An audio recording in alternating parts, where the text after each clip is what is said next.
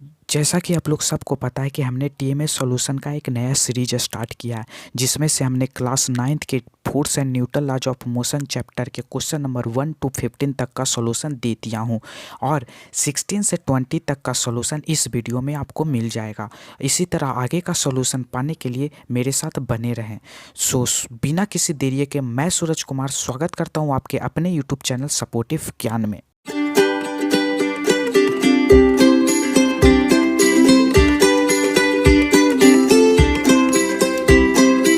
तो आज हम क्वेश्चन नंबर 16 से शुरुआत करने जा रहे हैं। इस क्वेश्चन में क्या कह रहा है, projectile being 200 kg is fired from a gun with a velocity of 500 metre per second. एक गन है जिससे किसी प्रोजेक्टाइल को फायर किया गया। इस प्रोजेक्टाइल का जो वेलोसिटी है 500 मीटर पर सेकेंड है और इसके चलते गन पीछे के डायरेक्शन में रिकॉइल किया। कितना मीटर पर सेकेंड से? 12.5 मीटर पर सेकेंड से रिकॉइल किया और मास ऑफ प्रोजेक्टाइल दे दिया है 200 kg। तो मास ऑफ गन निकालना है कितना होगा। तो इस क्वेश्चन में सबसे पहला तो यही क्वेश्चन एराइज होता है कि प्रोजेक्टाइल को आगे जाने से गन पीछे क्यों मूव किया। तो इसका डिटेल सॉल्यूशन हम प्रीवियस लेक्चर में दे चुके हैं, लेकिन फिर भी हम इस लेक्चर में देते हैं कि गन ने प्रोजेक्टाइल पे आगे के डायरेक्शन में फोर्स लगाया, उसके रिएक्शन में प्रोजेक्टाइल ने गन पे पीछे के डायरेक्शन में फोर्स लगाया और चूंकि प्रोजेक्टाइल ने गन पे पीछे के डायरेक्शन में फोर्स लगाया, इसलिए गन पीछे के डायरेक्शन में मूव किया और गन ने प्रोजेक्टाइल पे आगे के डायरेक्शन में फोर्स लगाया, इसलिए प्रोजेक्टाइल आगे के डायरेक्शन में मूव किया।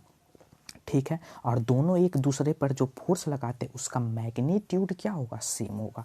अब हम इस क्वेश्चन में आगे बढ़ते हैं। तो इस क्वेश्चन में क्या होगा? लीनियर मोमेंटम कंजर्व होगा। तो इनिशियली क्या सिचुएशन था? बुलेट भी नहीं छूटा था, गन भी नहीं छूटा था, तो इनिशियल मोमेंटम क्या है? 0 है।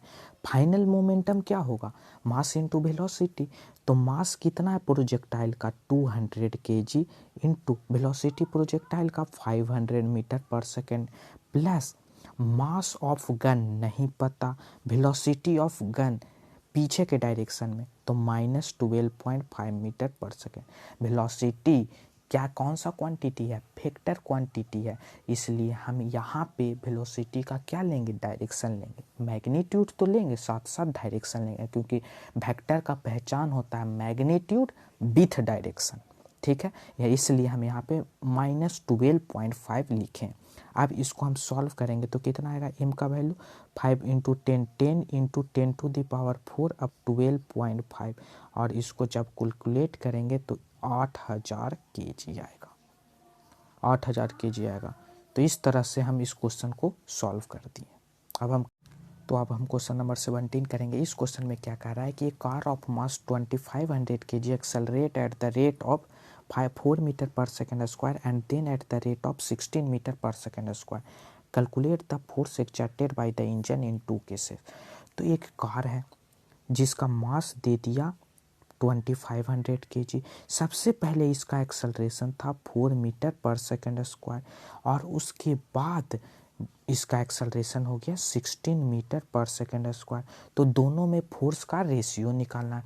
तो सिंपल फोर्स का फॉर्मूला हम न्यूटन सेकंड लॉ से F = ma जानते हैं। तो F1 इन बाई F2 मतलब force in first case upon force in second case, दोनों केस में मास तो सेम रहेगा, इंटू A1 अपॉन मास तो सेम रहेगा इंटू A2। तो A1/A2 सिंपल करना। पहला केस में एक्सेलरेशन 4 था, अगला केस में एक्सेलरेशन 16 हो गया, तो कितना हो गया? 1/4।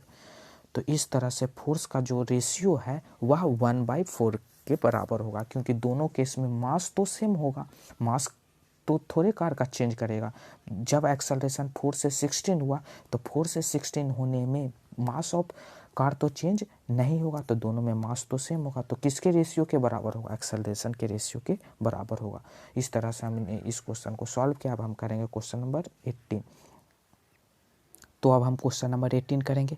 इस क्वेश्चन में क्या कह रहा है कि 12 kg और 7 kg दो मास दिया हुआ है और दोनों इनएक्सटेंसिबल स्ट्रिंग से कनेक्टेड है और वह inextensible string friction less pulley से पास कर रहा है। तो हमको क्या निकालना है? टेंशन निकालना है और एक्सेलरेशन निकालना है दोनों मास का। क्या एक्सेलरेशन होगा। तो इस क्वेश्चन में सबसे पहला ये क्वेश्चन एराइज होता है कि इनएक्सटेंसिबल स्ट्रिंग का क्या मतलब है और फ्रिक्शनलेस पुल्ली का क्या मतलब है। तो इनएक्सटेंसिबल स्ट्रिंग का डायरेक्ट मतलब है कि स्ट्रिंग का लेंथ ना बढ़े। स्ट्रिंग का लेंथ ना बढ़े इसका फिजिकल मीनिंग है कि स्ट्रिंग के हर एक पॉइंट पे टेंशन सेम होगा। तो इस पॉइंट पे अगर टेंशन टी है तो इस पॉइंट पे भी टेंशन टी होगा। और फ्रिक्शनलेस पुल्ली का क्या मतलब है कि पुल्ली के दोनों साइड स्ट्रिंग में टेंशन सेम होगा। तो इस साइड अगर टी है तो इस साइड भी टी होगा। तो इनएक्सटेंसिबल स्ट्रिंग का मतलब हुआ कि स्ट्रिंग के हर एक पॉइंट पे टेंशन सेम होगा। और फ्रिक्शनलेस पुल्ली का मतलब हुआ कि स्ट्रिंग पुल्ली के दोनों साइड जो स्ट्रिंग कनेक्टेड है दोनों साइड में टेंशन सेम होगा। इस तरह से हम ये कॉन्सेप्ट समझ गए। अब हम इस क्वेश्चन को सॉल्व करेंगे। इस क्वेश्चन को सॉल्व करने के लिए सबसे पहले हम इस क्वेश्चन में फ्री बॉडी डायग्राम बनाएंगे। तो फ्री बॉडी डायग्राम जिसको हम FBD भी कहते हैं या फ्री बॉडी डायग्राम कहते हैं, यह होता क्या है। यह सिंपली होता है कि अगर कोई ऑब्जेक्ट का हमको फ्री बॉडी डायग्राम बनाना है तो उस पर जितना फोर्स लग रहा है उस फोर्स को रिप्रेजेंट कर दें। तो उस फोर्स को रिप्रेजेंट करना ही फ्री बॉडी डायग्राम कहलाता है। तो अभी के लेवल पर हम इतना ही FBD के बारे में जानेंगे, उसी से हमारा काम बन जाएगा। जैसे हम यहाँ पे 12 kg का फ्री बॉडी डायग्राम बना रहे हैं, इसका मतलब 12 kg पर जितना फोर्स लग रहा है सारा फोर्स को हम रिप्रेजेंट करेंगे। तो 12 kg पर क्या लग रहा है, हम माने यहाँ पे टेंशन T है तो यहाँ पर भी टेंशन T होगा। क्यों, स्ट्रिंग इनएक्सटेंसिबल है तो हर एक पॉइंट पे टेंशन सेम होगा। तो इसका अपना वेट लगेगा जो कि सेंटर ऑफ मास से पास करेगा और वेट mg के बराबर होता है तो 12g। और इसके ऊपर टेंशन T होगा। एक्सेलरेशन A नीचे होगा। क्यों, क्वेश्चन में एक्सेलरेशन डाउनवर्ड डायरेक्शन में इसका दिया हुआ है। ऐसे भी एक 12 kg का है एक 7 kg का है, लटकाएंगे तो भारी ये है तो इसी डायरेक्शन में 12 kg मूव करेगा। तो ऐसे भी क्वेश्चन में हमको दिया हुआ है कि 12 kg डाउनवर्ड डायरेक्शन में मूव कर रहा है, तो हम माने कि 12 kg डाउनवर्ड डायरेक्शन में मूव कर रहा है। ठीक है। अब इस क्वेश्चन में सब एक और कॉन्सेप्ट होता है कि यह एक ऑब्जेक्ट है जिसको दोनों तरफ फोर्स लग रहा है F1 और F2। यह ऑब्जेक्ट किस डायरेक्शन में मूव करेगा, जिस डायरेक्शन में फोर्स ज़्यादा होगा उसी डायरेक्शन में मूव करेगा। तो यहाँ पे भी सेम कॉन्सेप्ट लगाएंगे। यहाँ पे एक्सेलरेशन नीचे के डायरेक्शन में है, इसका मतलब 12g फोर्स ज़्यादा होगा टेंशन से। तो हम न्यूटन सेकंड लॉ लगाएंगे, net force equal to mass into acceleration. तो नेट फोर्स कितना होगा 12g minus T equal to mass 12 into acceleration A. Question में ए दिया हुआ है। ठीक है, इस इक्वेशन को फर्स्ट मानेंगे। अब इस इक्वेशन को हम एक और तरीका से लिख सकते हैं जिसको हम कोऑर्डिनेट सिस्टम यूज करके लिख सकते हैं कि अगर ऊपर जो फोर्स लग रहा है उसको हम पॉजिटिव माने और इधर के एक्स एक्सिस पॉजिटिव माने। तो ऊपर फोर्स क्या लग रहा है प्लस टी, तो प्लस टी। 12g नीचे के डायरेक्शन में लग रहा है तो माइनस 12g इक्वल टू मास कितना है 12 इंटू एक्सेलरेशन क्या है, एक्सेलरेशन है निगेटिव। क्यों, नीचे के डायरेक्शन में तो माइनस ए। तो हमको देखेंगे दोनों साइड अगर माइनस से मल्टीप्लाई कर देंगे LHS और R इस इक्वेशन में LHS और RHS साइड तो हमको पहला इक्वेशन ही मिल जाएगा। तो दोनों इक्वेशन में कोई डिफरेंस नहीं है। तो हम या तो इस तरह से सोचे कि नेट फोर्स से सोचे या तो कोऑर्डिनेट से सोचे, हमको रिजल्ट तो सेम ही आएगा। अब हम मान किसका FBD बनाएंगे 7 kg का FBD बनाएंगे। तो 7 kg का FBD बनाएंगे तो ऊपर टेंशन T लगेगा नीचे mg लगेगा। तो m है 7 g है। अब ये ऊपर के डायरेक्शन में मूव कर रहा है मतलब टेंशन ज़्यादा है 7g से। तो सिंपल हम लिखेंगे net force equal to mass into acceleration. तो T minus 7g equal to mass है 7, एक्सेलरेशन इसका भी सेम है a। इसको हम इक्वेशन सेकंड कहेंगे। अगर हम इसको हम कोऑर्डिनेट सिस्टम से लिखना चाहेंगे तो इस बार तो इक्वेशन ही सेम आ जाएगा, माइनस से मल्टीप्लाई ही नहीं करना पड़ेगा। कैसे, ऊपर के साइड टेंशन T लग रहा है तो T पॉजिटिव, नीचे के साइड 7g लग रहा है तो negative equal to mass 7 into acceleration ऊपर के डायरेक्शन में है तो पॉजिटिव। तो ये दोनों इक्वेशन बिल्कुल सेम आया। तो इन इक्वेशन लिखने का दो तरीका है। एक तो हम डायरेक्ट किधर मूव कर रहा है उसके रिस्पेक्ट में लिख दे, या तो हमको इतना नहीं समझ में आ रहा है तो हम डायरेक्ट कोऑर्डिनेट सिस्टम का हेल्प लेके हम इस इक्वेशन को लिख सकते हैं। ठीक है, अब हम इस इक्वेशन दोनों को सॉल्व करेंगे। अब सॉल्व करेंगे, कैसे सॉल्व करेंगे, दोनों को ऐड कर देंगे। तो ऐड कर देंगे तो टी से टी कैंसिल हो जाएगा, 12g माइनस 7g कितना हो जाएगा 5g equal to 12a plus 7a 19a। तो a इक्वल टू आ जाएगा 5g/19 मीटर पर सेकंड स्क्वायर। तो ये आ जाएगा, इसको सॉल्व करेंगे तो 2.58 मीटर पर सेकंड स्क्वायर। इस तरह से एक्सेलरेशन का वैल्यू आ जाएगा। अब एक्सेलरेशन का जो वैल्यू आया उसको इक्वेशन फर्स्ट या इक्वेशन सेकंड में रख देंगे तो क्या आ जाएगा, हमको टेंशन का वैल्यू आ जाएगा। ठीक है, तो हम इक्वेशन फर्स्ट में रखते हैं। तो इक्वेशन फर्स्ट क्या है, 12g minus T equal to 12 into acceleration आया 2.58। तो यहाँ से t का वैल्यू कितना आएगा, 12g प्लस 12 इंटू 2.58। इसको सॉल्व करेंगे तो टेंशन का वैल्यू 86.6 न्यूटन आ जाएगा।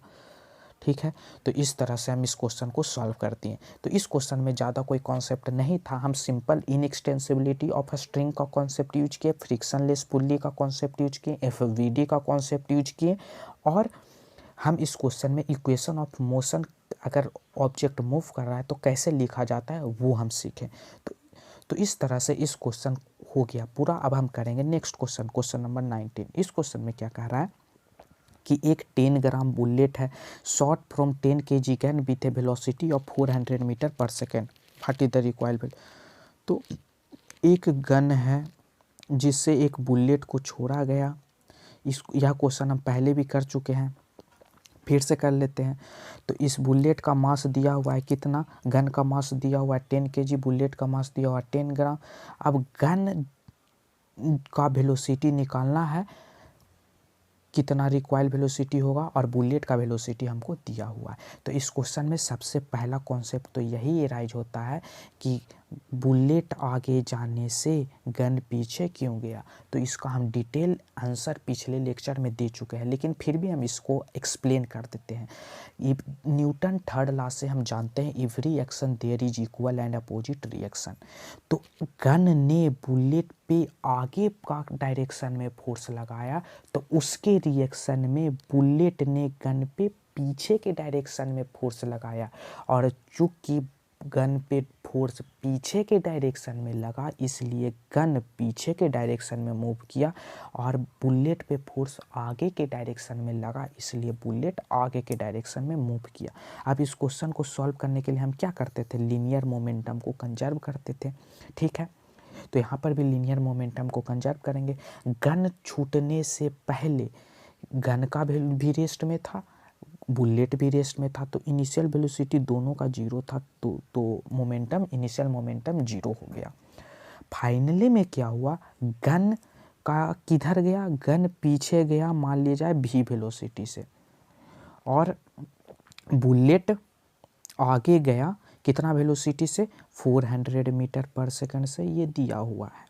ठीक है, तो हम गन का स्पीड पीछे मान चुके हैं, तो यहाँ से इस इक्वेशन से जो हमको वैल्यू मिलेगा वो गन के स्पीड का वैल्यू मिलेगा, वेलोसिटी नहीं मिलेगा। इसका मतलब जो हमको रिजल्ट आएगा वह डायरेक्शन के साथ नहीं आएगा, वो केवल मैग्नीट्यूड बताएगा। मतलब मैग्नीट्यूड मतलब क्या, स्पीड आएगा, वेलोसिटी नहीं आएगा। उसको वेलोसिटी देने के लिए हमको उसको डायरेक्शन देना पड़ेगा। क्यों, क्योंकि वेलोसिटी वेक्टर क्वांटिटी है। ठीक है, तो इन फाइनल मोमेंटम क्या हो जाएगा, mass of gun 10 kg into velocity किस डायरेक्शन में, निगेटिव एक्स एक्सिस के डायरेक्शन में, तो minus b, plus mass of bullet कितना, मास ऑफ बुलेट 10 ग्राम, तो इसको केजी में कन्वर्ट करेंगे। क्यों, हमको फोर्स न्यूटन में चाहिए, SI यूनिट में चाहिए, इंटू वेलोसिटी 400।